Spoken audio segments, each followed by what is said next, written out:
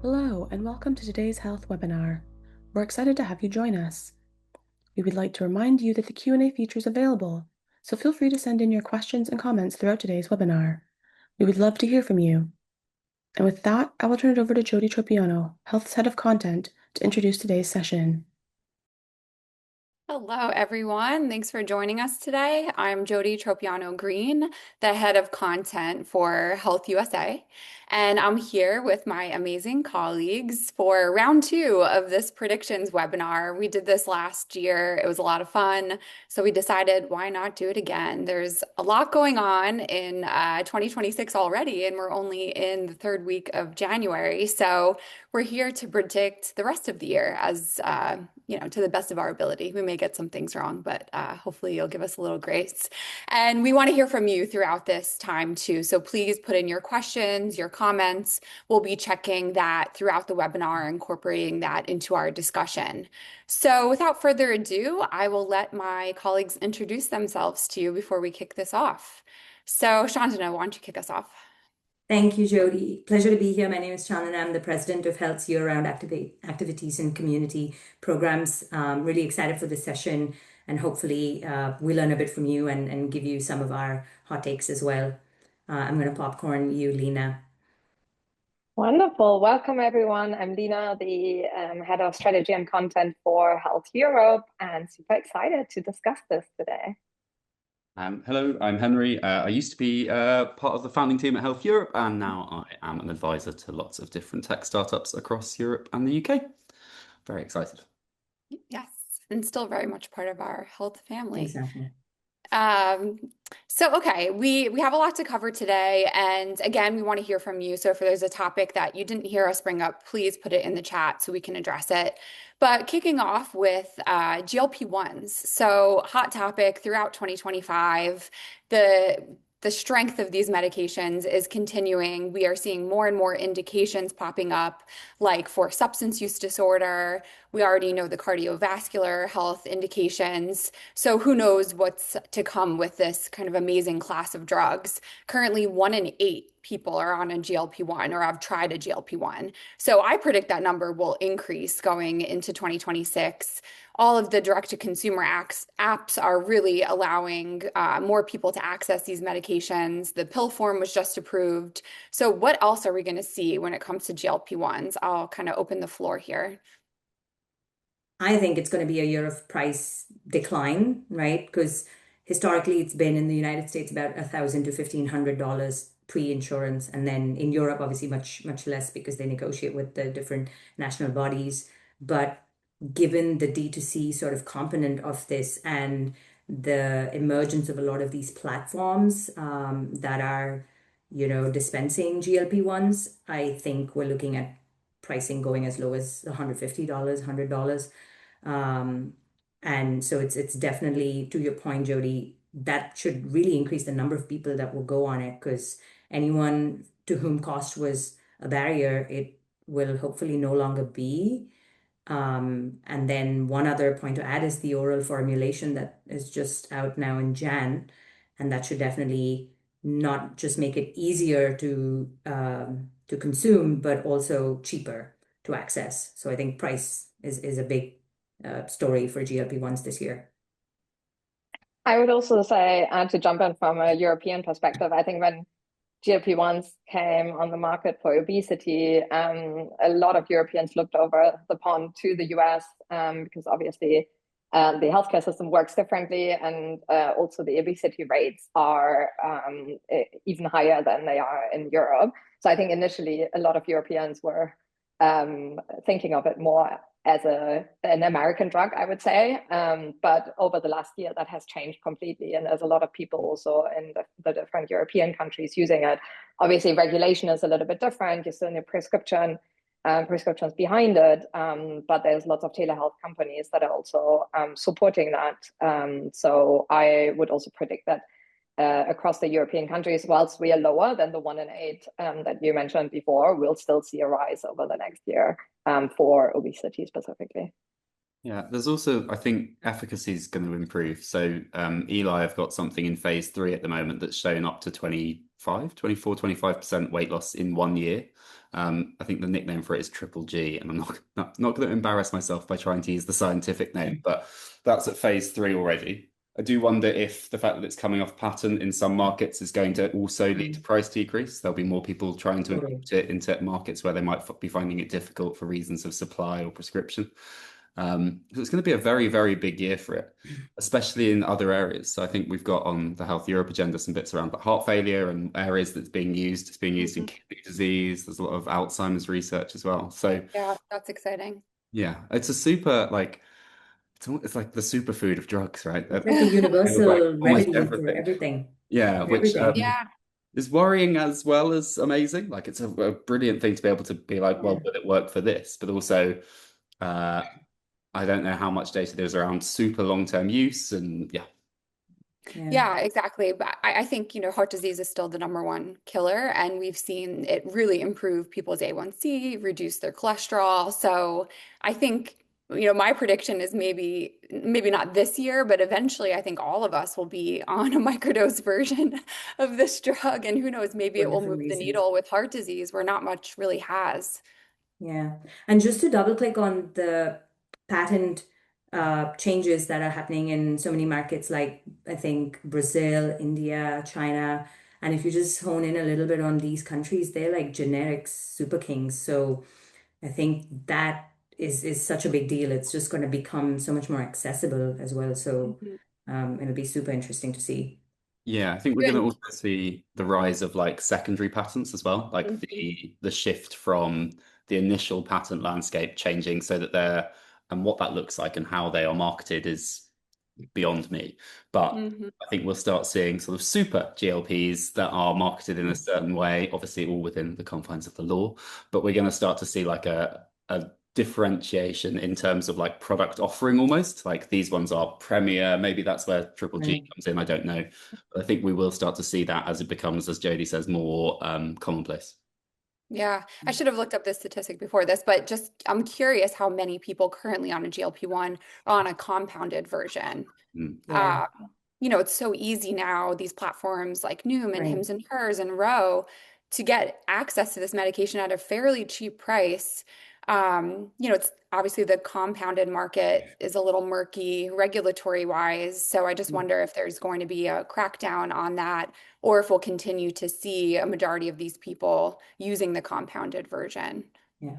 But Jody, what's also interesting is those are also channel strategies being used by a lot of the pharma. So if you put aside the compounding, what Row and Hims and Hers and loads of other such channels offer is access to patients and consumers. And so Hmm. we're seeing so many of the pharma companies go into direct partnerships with these companies to reach a wider range of patients. So I think that's really interesting. And there's retail pharmacy partnerships that we've seen. I think Costco and Novo, Lilly and Walmart. So Hmm. they're finding different ways to reach folks directly. Then, of course, we have Row and Amgen, Row and Novo, loads of such partnerships as well. So it's interesting that pharma are thinking so differently about how to go to market and what the commercialization strategy is for these drugs. And it's in some ways their competition, the compounders are actually their channel as well. Yeah. We've been talking about improving access for how many decades now, and these companies have really done it in a short Yeah, amount of time. So hats off yeah. to them. I don't know how much we want to get into kind of the cultural impacts, but I was just at the airport this weekend and seeing like the protein bars at the airport, and even what's that one chain that is not healthy in the slightest, but they have a sign saying our protein menu. It's really changing everything. I hope for the better. Mm. Yeah. Yeah, I've definitely heard from so many nutrition companies that they now want to partner with GLP-1 Hmm. manufacturers, which is a whole new sort of market. Yeah. What we probably don't realize is just the long-term nature of these drugs, that we have to continue to take these.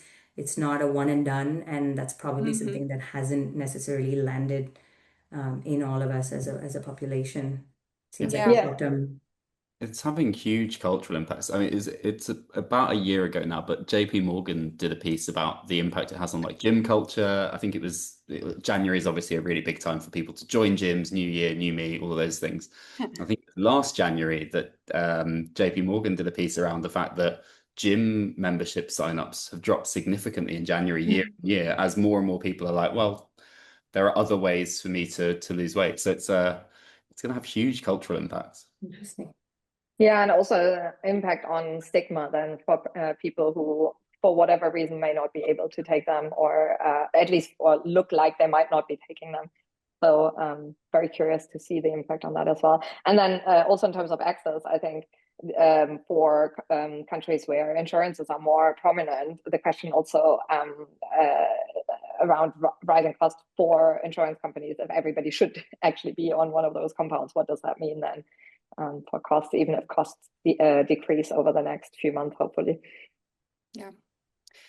Okay, so GLP-1s continuing their dominance in 2026. I think we could put a period at the end of our GLP-1 convo, but it'll be interesting to see kind of the developments. I'm sure even in the next month, there's going to be more to talk about. So moving on. Oh, Jody, Chandana. sorry to interrupt you. There's just a couple of questions here, and as I'm reading them, I'm thinking about what we could. Henry, there's a comment that the protein menu was at Chipotle. Oh, So what do we think? Do you envision cardiologists prescribing uptake versus GPs and PCPs now? It's a hard one to answer.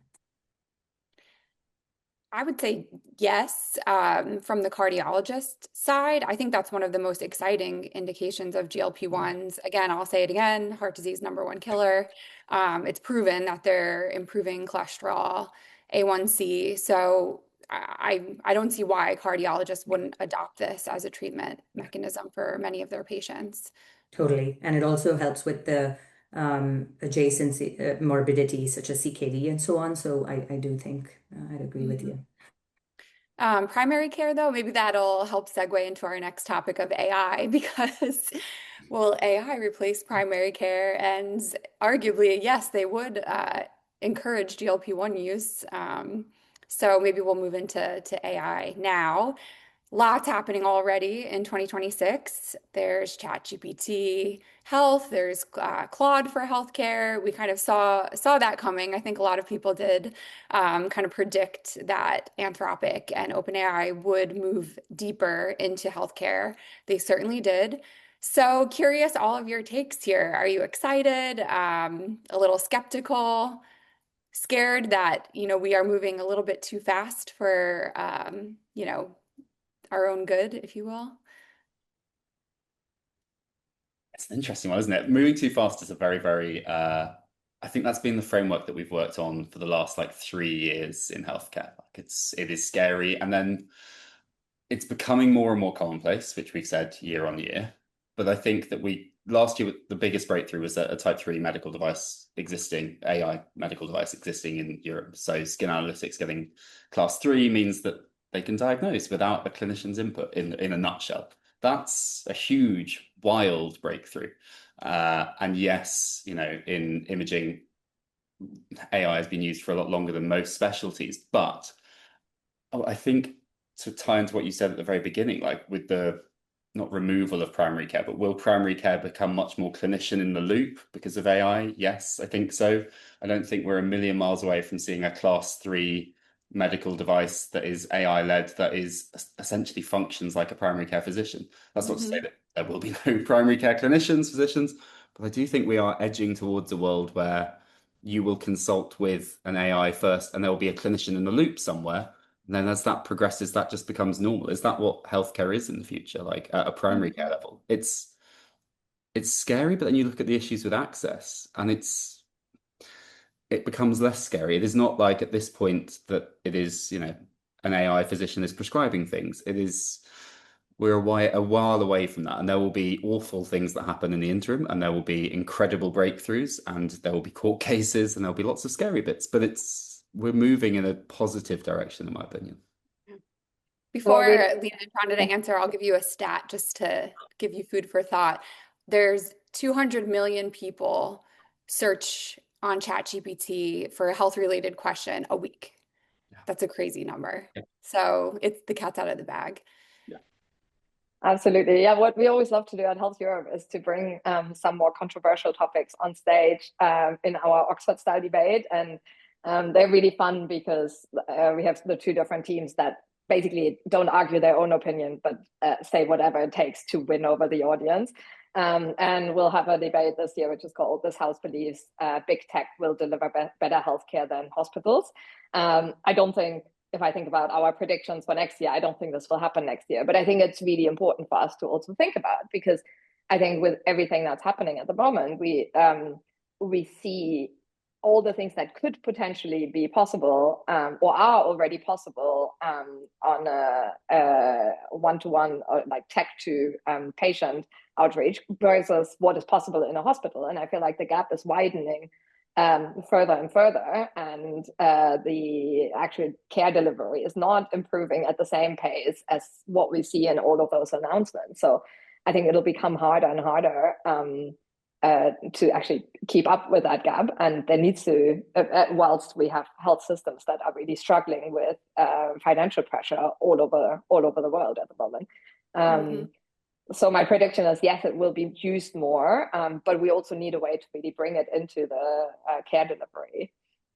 Yeah, totally, Lena, because the stat is that 1 in 5 GPs are using some form of an agentic AI, right? But I think it's way higher than that. That's what's happening in the system, but I bet everybody is looking things up on their own private, ChatGPT or whatever version of it that they have.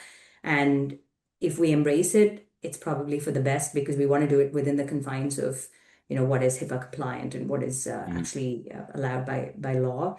And that's what I like about ChatGPT's healthcare agent that they've just launched. It's in conjunction with BeWell. So instead of building their own, they've actually gone and found a partner who has that healthcare data infrastructure. So I think that's interesting. Obviously, we have to still see what this looks like, what the interface is like. But I think it's very exciting. I'm all in, really. Yeah. I think But we've seen. currently, I mean, there's still a disclaimer, they don't Right. own the No outcomes doubt. yet. Yes. Yet. Maybe they will No eventually, but there's still that diagnosis. disclaimer, they're not providing an official diagnosis. Yeah. But do you think that's to come? Oh, I 100%. Like, I'm Well, already seeing it. Like, so here's a personal experience. My partner has been unwell for a couple of months, and we've seen 4 different physicians, and we've really not seen much improvement, because it's just the nature of, differential diagnosis, and you're eliminating possibilities, and you take one step at a time. But in tandem, I didn't realize he was doing was creating his digital twin on ChatGPT. So he's been feeding it loads of information, and his ChatGPT knows everything about his lifestyle, his preferences, all of that.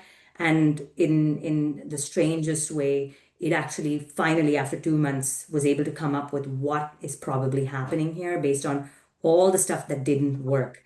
And it actually turned out to be right. So yeah, like, he obviously had to yeah. go validate this with his GP, but his ChatGPT basically created his digital twin with everything, had all of Yeah. his information.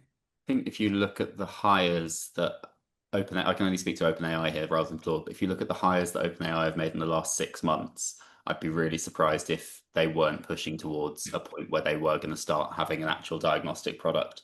How they do that, is beyond me, frankly, like in Well, terms of Yeah. regulation and everything else. But it would be really odd to hire sort of CSOs from Doximity and various other places and then not push that way, in my opinion. Well, they also acquired a health record startup, right? Yep. Torch Yeah. last week, I think. So Yep. again, why would they spend the money on it if they weren't planning to go into it? I think Yeah. it's really exciting. I was a real skeptic like 4 years ago about like big tech doing this. And I know there are lots of people still doing it. And I'm quite fortunate in one of my other bits to be able to talk to lots of like chief information security officers and CCIOs in the NHS who there's been a shift from like the fear of it to more of the, okay, it's here already. Like, we can't be scared of something that people are already using. We can be scared of the fact that we don't know what they're using within our organizations because it's not, people are going in at clinician level. But there's much more of I think, an opportunity-led mindset at a senior level now. Like, okay, well, it's here, let's use it. People are already using it. How can we make this better for our patients? So, Yep. yeah, it's an exciting time for it. Yeah, and not only Doximity, I mean, their co-head of healthcare, they grab from Instagram. So I Yes. think, Oh, yeah. yeah, they're looking at the consumer side just as much as the HIPAA compliant side. But I think that Dr. Google was a term that we used for many, many years. Physicians didn't like it because people would come into their office saying, well, so and so, I read this on Google, and oftentimes it wouldn't be correct, but I think the rate of accuracy is already so much better with these LLMs. Physicians will have to embrace it to a certain extent. My other question, though, is kind of on the regulation kind of Yeah, fact checking side. totally. Already it knows more than all of us combined. Maybe a specialist would be able to look at the information it's spitting out and be able to spot errors in it. But we only have so many specialists. A generalist may not know as much as an LLM. So how we're really relying on these models to tell us the truth. Like, are we setting ourselves up for disaster here? Who's going to Yeah. fact check the AI?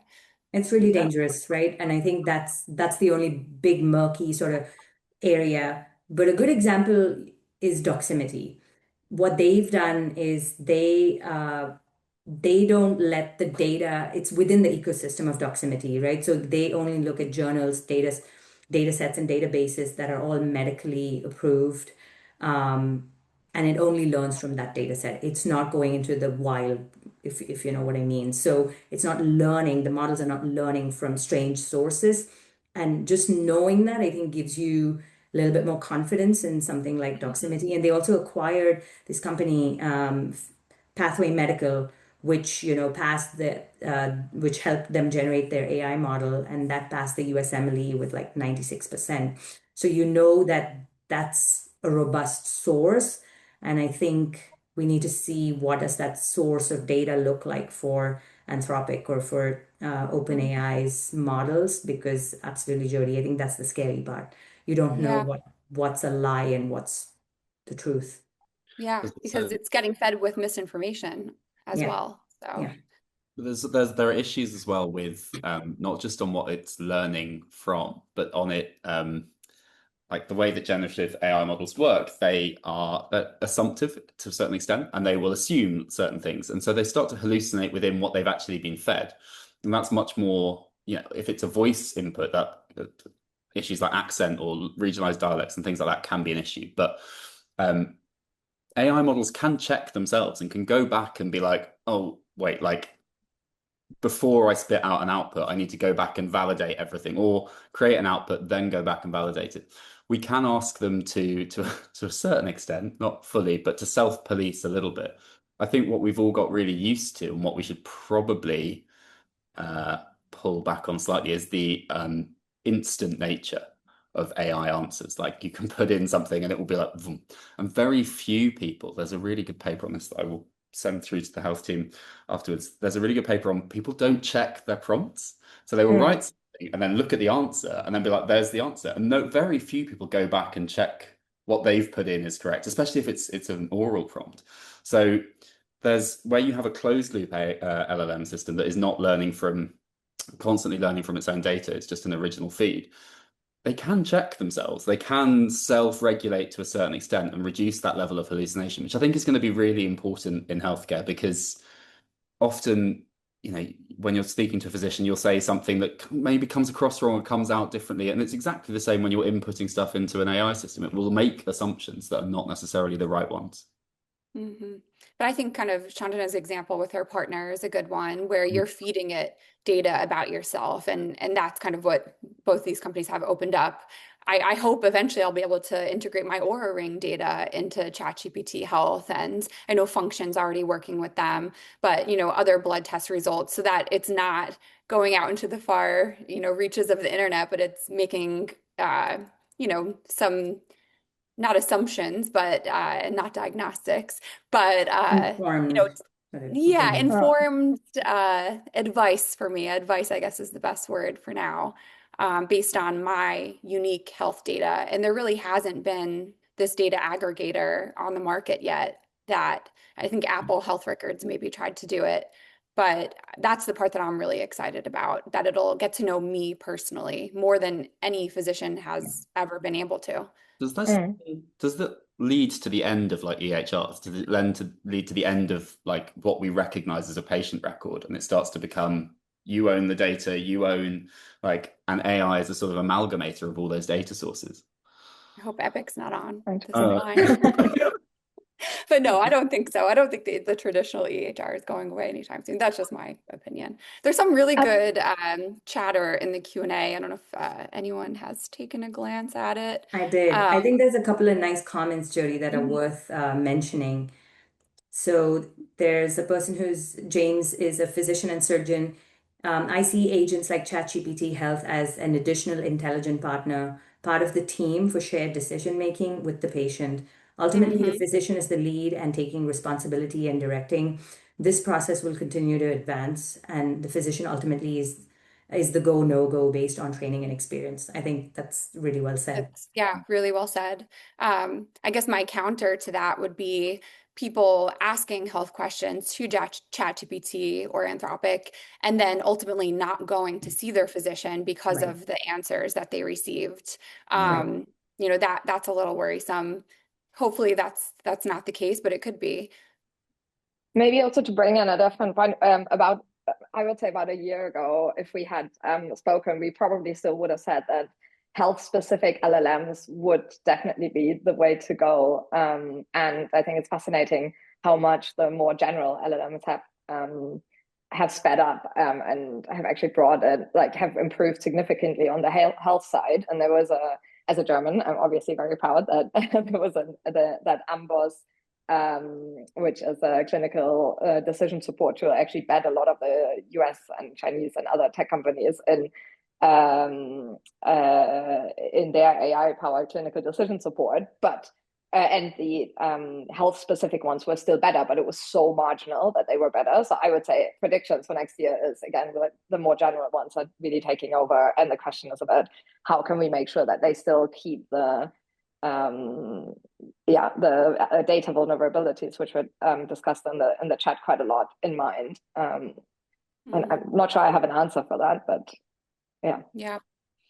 And I think some, more specific use cases for this are really exciting, where people have very limited access.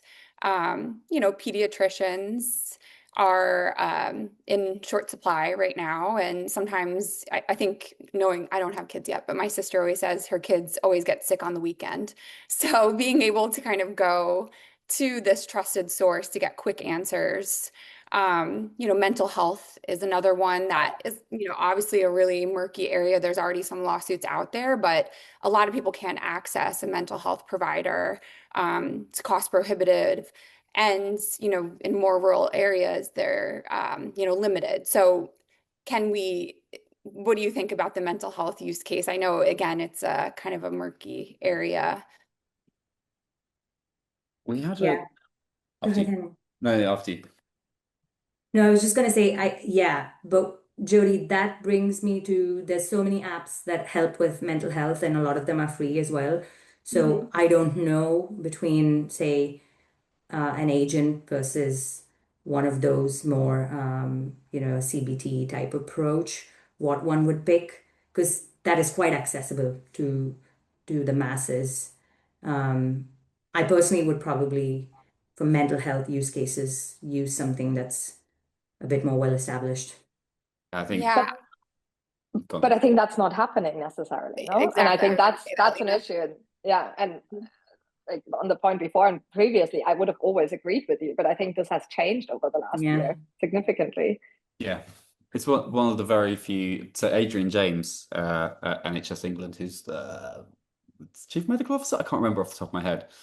Generally speaking, I agree with everything he says, but on Christmas Eve or the day before Christmas Eve, he said that over the Christmas period, when tensions are high and you're, might be back with family members who you don't necessarily agree with on everything, don't use ChatGPT for mental support. And it's one of the very few times I've gone, people are going. Like whether you are telling not to does make zero difference. At a time of high stress, people will seek some form of like either validation of how they're feeling or just someone to bounce or someone. There you go, it's a Freudian slip. Something to bounce their thoughts and feelings off of. And that is, I think we have to embrace the fact that it's happened already, and we can't put the horse back in the paddock. Like the gate is open, and we need to find a way to regulate and ensure that it's safe. Yeah, and in the comments, I think one person mentioned the next gen Hippocratic oath, and I think that's fascinating, but it's also like really complicated to establish across all the different layers, right? Yeah, we did a session about that at Health US. You can go watch it in our content library, just about how the Hippocratic Oath maybe needs to be reworked a bit. Yeah. Jody, we've spoken about two trends now, two of the hottest trends, if one could argue, ChatGPT, or let's say AI and GLP-1s. So which one do we think will have a greater impact in 2026? I mean, I'll answer with a question. Between us four, let's raise our hand. How many of us have gone to one of these LLMs in the past week and asked a health-related question? That's it, just two. Okay. Really? I feel quite good. I've asked loads of questions, just not health 50% related. is still pretty high. So It's high. yeah.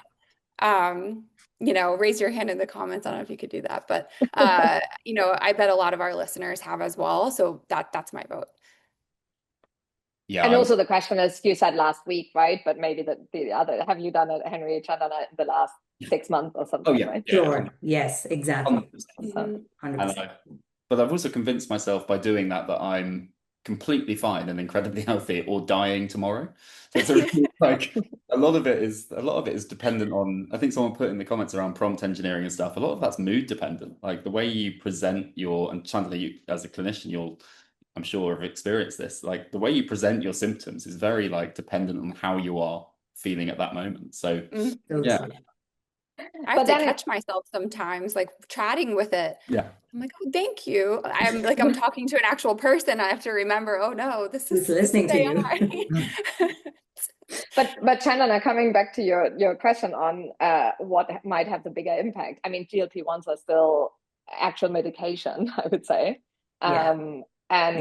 Yes, LLMs can help for patients to receive the right diagnosis in certain circumstances. It can help with mental health in certain circumstances. I think GLP-1s, if we look at all the clinical trials that are going on for all the different indications. I mean, Jody, you mentioned heart failure earlier as being one of the most prevalent indications. So I think if that is happening, then it will possibly have an even bigger impact. It's just I find it very hard to compare because it's so different. Well,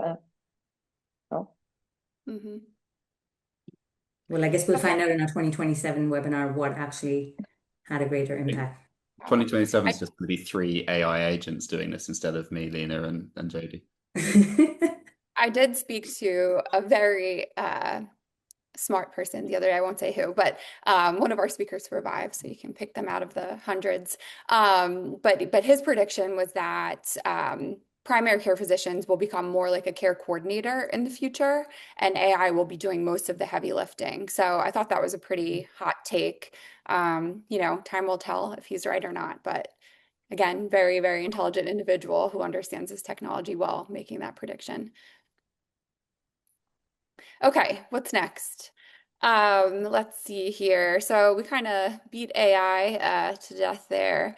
Let's get into wellness, wearables, longevity. Those are all really hot topics in 2025. Longevity specifically, I mean, you couldn't walk 2 feet at Health US without hearing that term. So do you think the craze will continue? I mean, Henry and I discussed it when we were writing the agenda, and on our session, our longevity session is longevity just a new word for prevention to make it sexier, basically? So, and again, I was very skeptical about AI 3 years ago, so I know nothing about longevity. You mean? Yeah, that's what I'm saying. Like I was skeptical about AI, so my opinions are worth absolutely zero. But when it comes to longevity, isn't all healthcare about longevity? Isn't that the point? Yeah. Like, if the idea of longevity is longer years of healthy life, what's the difference between that and healthcare? It's like when like living healthily got remarketed as biohacking. Like, just like giving something a new name so you can get VC investment doesn't make it a new thing. Like, sorry, I am naturally really skeptical of this, and I know that it's the current like zeitgeist, but everything is longevity. Like every single person who works in our industry is working towards people living longer, unless realistically they work in the field of euthanasia, in which case they are still improving quality years of life because you're saying, right, okay, your life is no longer of the quality that you would want it to be in order to carry on. So everything is longevity, and it's a term that perhaps I don't understand well enough, but that I find its ubiquity perplexing. I I For actually disagree. totally anyone, agree with that. I I think it disagree. started because of all the few drugs that are in under trials at the moment, right? That will potentially actually expand and extend your lifespan. But yeah, the word itself is ubiquitous to your point, Henry. It's everything. It's prevention. It's all the meds that we're using at the moment. Everything is working towards that goal of improving your healthy lifespan. I think prevention is the basics, and longevity is prevention plus money. So I don't think that longevity, I think that's more health optimization. That's what I would classify longevity as. And I think it's something that unfortunately is not accessible to the majority of people. I don't know if you listen to any of the longevity podcasts out there, but I consider myself pretty informed. I was invited to be on this webinar. And a lot of that is way over even my head. Like the NADs and the this and the that, like it's just too Yeah. much. So I think longevity is a spectrum, but I think once you start throwing kind of discretionary spending at it every month, and people are spending a lot of money on this, it kind of like goes deeper into the longevity spectrum where the basics is just prevention. It's kind of getting your mammogram, your colonoscopy, going to see your Yeah. PCP once a year.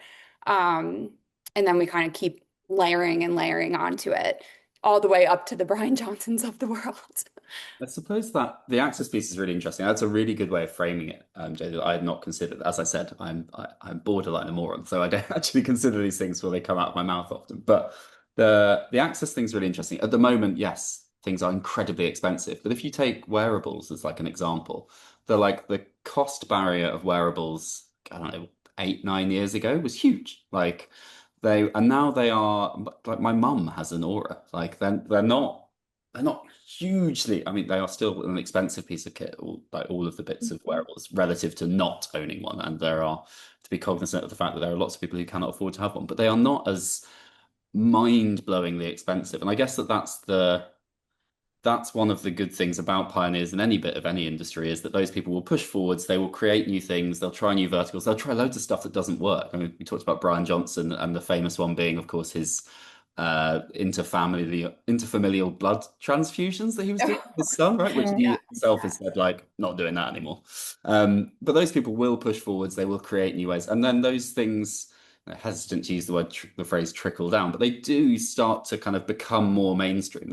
I mean, that's how every industry works. So there is an element where instant access is not available, which is of course problematic. But would those verticals within healthcare exist if there weren't people with disposable income throwing disposable income at them? Maybe not. So long term for all of society, I guess that's a good thing.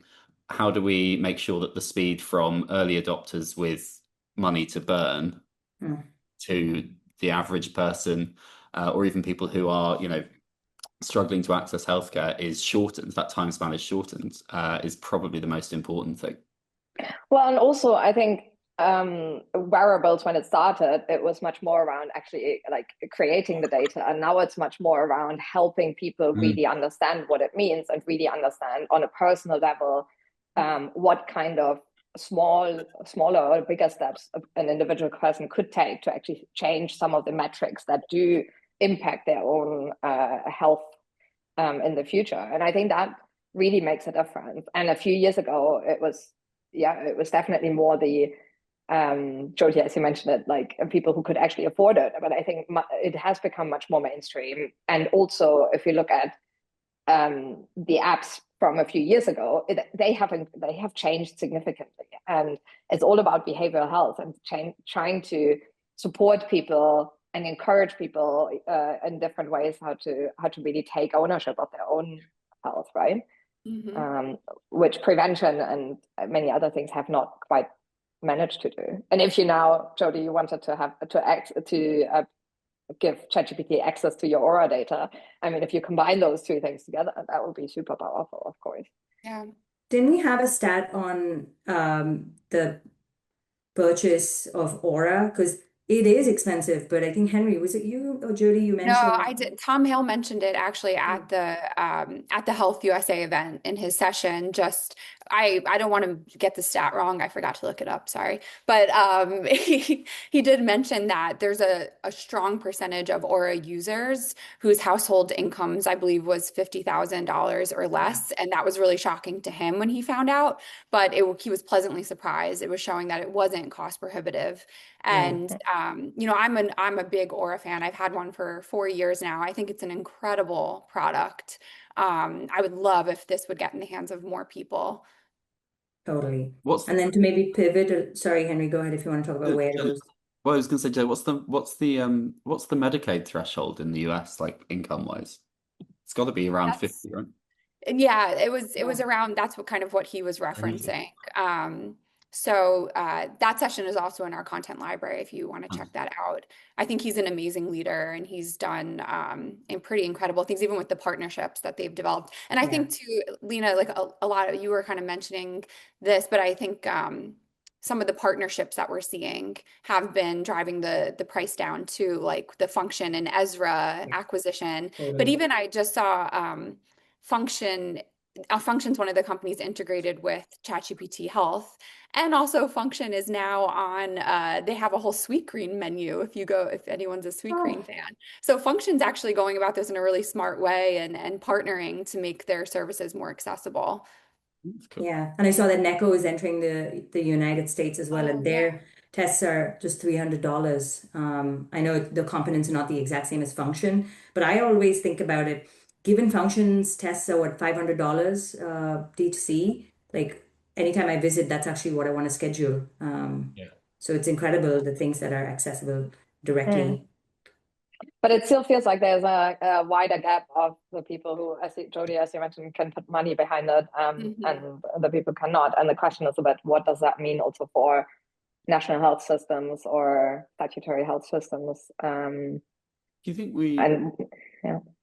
Do you think we end up with not, I was about to say state mandated wearables, and that sounds quite terrifying, but do you think we end up with a model where a wearables organization partners with a national health service or like a statutory insurer, and like anyone who uses that insurer gets free access to it? I know there are lots of private insurers and lots of insurers across Europe who offer like discounted access to things, incentivization programs. I think when I got my Garmin, the incentivization was that if I did like 10,000 steps or something, that I got a coffee. I actually can't remember what it was.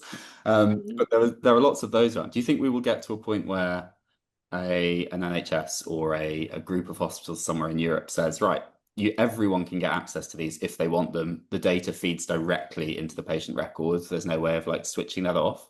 But if you want that and you're concerned about something, you can get one of these gratis. Do you think that could ever be a thing? I think it could be yeah. Go ahead, Lena. I think it could be, and also the marginal cost of producing one more wearable is relatively low, right? It's significantly lower than whatever it costs to buy one. So it could also be a partnership between a wearable company and a statutory health insurance or a region or however it is set up. Sorry, Jody. No, I was just going to say, I mean, we've seen CMS be really active in the health tech space this year. I totally, not a mandate, but I see them really encouraging the use of wearables, especially with the access model, rewarding positive outcomes. So, this is a great way to track that. Yeah, and all of it going more towards personalization. And I think, I mean, we spoke about that for the last, 20 plus years or something, but it feels like finally getting to the point where it is actually possible on so many different levels. Yeah. And someone agreed with you, Henry. Oh, that's very rare. Yeah. So thank you, whoever that was. But just kind of thinking about the employer space too, and just how in the US costs have climbed so significantly for employers. So I would imagine the use of wearables could be beneficial in a way if it's keeping people healthier and keeping costs down.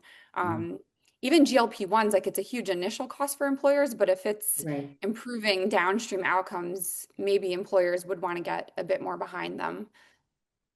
Yeah, and I mean, we still don't see it as much in Europe that employers get involved in healthcare, but I think there's like small steps towards it because, like, I mean, the typical one is obviously the flu vaccine, right? It's very often provided by employers because there's an incentive for them to give it out, and the benefits are higher than whatever it costs. So I could totally imagine them also at least looking at other parts. There's a couple of companies working on it for menopause, for instance, working with employers. Mental health is obviously a topic. Meditation, etc. But I could totally see that also possibly for wearables. I think there's always the question who gets access to the data, but as long as companies can show that it stays with the patient, or in this case, the employee, that could be really interesting as well. There's a I don't know what the industry is called, construction tech, build tech, but there's a construction tech company that's doing a wearable thing where people on site are using them and they're able to sort of track what phase of a big build, like say they're building a skyscraper or a library. Do people build libraries anymore? I hope so. They can see which stage of the building people are most likely to get injuries or where stress levels are increased and all those kind of things so that they can appropriately staff different phases, which I think is really fascinating. Like that's a whole new era of like approach to all industries because if employees are willing to do so, if employers are able to track those things, then you can do things in a way that is mindful of your employees' health as well as efficient. So that would not get across Germany's labor law, but yeah, they're doing it in the UK. It's fine. Yeah, I saw the smart mirror. I think it was at CES. Like, could one of those be in office? So it wouldn't be up to the employees to individually buy one, but have one in an office building accessible to all employees. I don't know the details of that technology, so forgive me if it's not proven yet. What other smart tools do you think we'll see? More smart toilets, smart mirrors? Yeah. The eye scanner thing, that the Korean eye scanner that I was reading about last week, that I think is live I think HTA have taken it live in a couple of hospitals in the US. I could be wrong there, but the Wisconsin-based accelerator. And that's mind-blowing to me, like the amount of things that it can tell from scanning your eye with an absurd level of accuracy. It's going to be it's an exciting time for, I guess it's not a wearable, but it's fairly close. Yeah. I saw this smart toilet that Toto made in Japan, and I think they're launching it in the United States. So it just has a sensor, and then it can pick up, obviously, imagine at a population level, it's able to tell you if there's going to be an outbreak somewhere, but it can tell you about your own, any infections that you might have.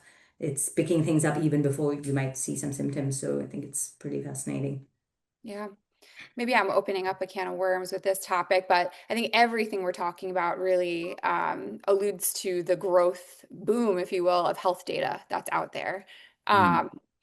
Previously a lot of it was inaccessible. Now I think, AI is kind of blowing the door off of that. But will we see more of this kind of tug of war between the stewards of this traditional health data and everyone else? Will we see more lawsuits? There's already a new one that popped up last week or this week, maybe.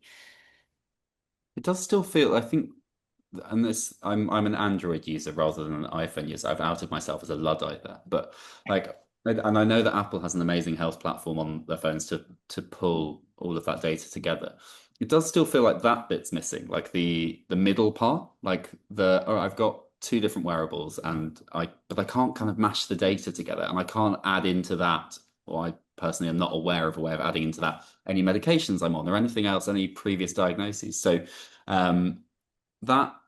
that bit to me feels like the missing bit of the puzzle.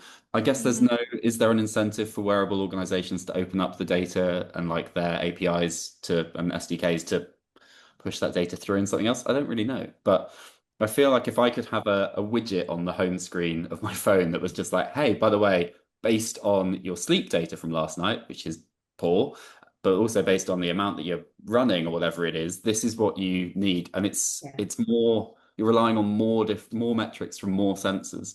I'm sure that does exist. I've just not really seen one that has got the mainstream traction that I would have expected by this point. Well, as an Apple user, Apple Health can do it, and also I'm wearing a Whoop and Aura, and they also talk to one another. Also, for anybody listening, Henry is absolutely an 50-year-old who doesn't like looking at those or trying out those trends, as you could see in some of his comments. Yeah, I'm wearing slippers under a tartan blanket at present, so. And do DIY every weekend. I think this is where OpenAI and Anthropic are moving. Exactly. Yeah. Exactly.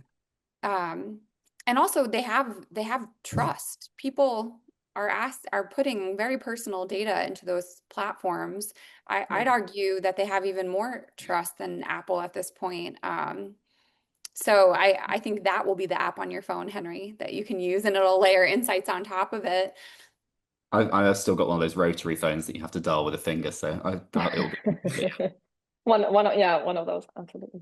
Well, actually, so obviously in Germany, like data security is one of the big topics that is always being discussed. And one of the, and actually it was probably a couple of years ago, somebody said that data security is all well and good for people who are healthy, but the moment that somebody is sick, they just want to like be cured or be healthy again. So I think very often people then don't care, and they will put in their data in whatever they might put in their data in whatever tools that might help them, right? Yeah, cybersecurity I think is table stakes this year. I mean, it always has been, but even more so now. Yeah, unfortunately, I think we will see another major cyber attack probably this year. So I hope that's something that's top priority for a lot of these health tech companies and hospital systems out there. But also, Jody, it could be a year where we might see, and I hope not, but an AI mishap, right? So far, everything's been okay, but given we're pushing the boundaries a little bit, it could happen. Yeah. Yeah, absolutely. And I mean, look at Berlin in early January, half of, or like a third of Berlin was without electricity and heating for 4 days, and it was minus 10 degrees or something at night. So it's crazy to what extent everything is so connected at the moment. And obviously, yeah, hospitals, we've seen a couple last year. So hopefully that's really top of mind for all the CEO agendas. Yeah. Okay, so any questions in the Q&A that you want to tackle, or maybe we can wrap this up with a few final thoughts from everyone, if that works.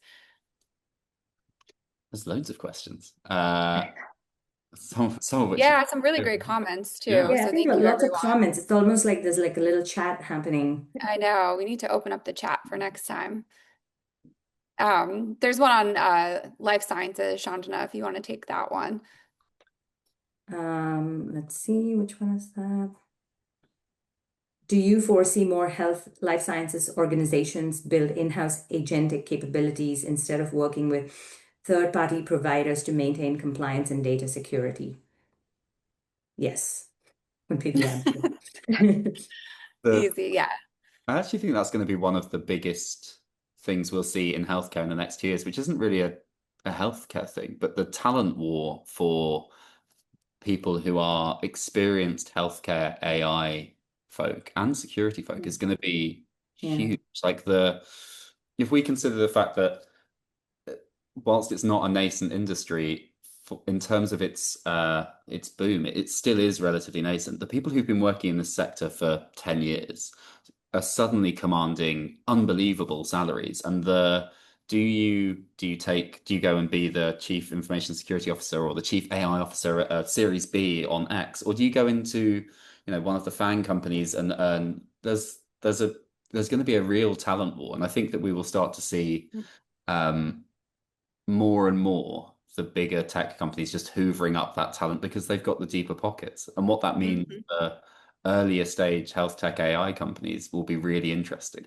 Do you wait until someone drops out of an OpenAI or a Google or not drops out, decides they want to do their own thing or work on in a different way? Or do you try and promote talent internally? Like, how do they work with universities and spin outs? I think that's going to be a big theme for healthcare for the next probably 5 to 10 years. The only thing I'd question is if people actually want to become chief information security officers anymore. I absolutely, if I was that way inclined, I wouldn't. Yeah, I could see the demand, but I don't know about, whether that's a safe space to work in. No. Yeah, we need them though, so I hope so. There's a question in here around alluding to AI being able to prescribe, and I think that's a really interesting development that I predict we'll see in 2026. It's kind of one of the only things that AI is not doing right now, but I think with physician oversight, we may see some of these models kind of move into the prescription space. Yeah. So you would say that they suggest what to prescribe based on the information, and then the physician says yes or no. Yep, Yeah, like exactly. take the next best action based on all the information that it has. Yeah. And then maybe directly connect with a capsule or Amazon pharmacy and click of a button, you have your medication within the next few days. Yeah. And there was a good point ideally there that, all put together. Yeah. yeah. I And think for there, chronic conditions, there was a good point made by someone that, if it's a repeat prescription, there should be with some guardrails, you should be able to get that prescription quite easily through your own agent and an interaction through that. And do you think there'll be some consolidation among these AI companies? There's a Oh, lot. yeah. Yeah. I think a lot of that this year. Yeah. I won't say any companies, but I have a few in mind. I mean, I'm generally really excited for the future, though. I think health tech is moving so quickly, and I hope it'll just increase access and make us all a healthier population because nothing has really moved the needle so far. Lena, sorry, I interrupted you. I just wanted to say that we didn't record it to then go back next year to say which companies you said, but Okay. Any closing thoughts, anyone? I agree with you that it's super exciting, everything that's happening, and there seems to be a lot of momentum at the moment. So very excited to see what we'll talk about in a year's time. Absolutely. I echo that. And I guess to everybody listening, we have all of these topics and more that we're covering throughout the year and at all of our events on our platform, in our virtual program as well. So please do subscribe and enroll into all of our programs so we can continue the dialogue because this is just the start.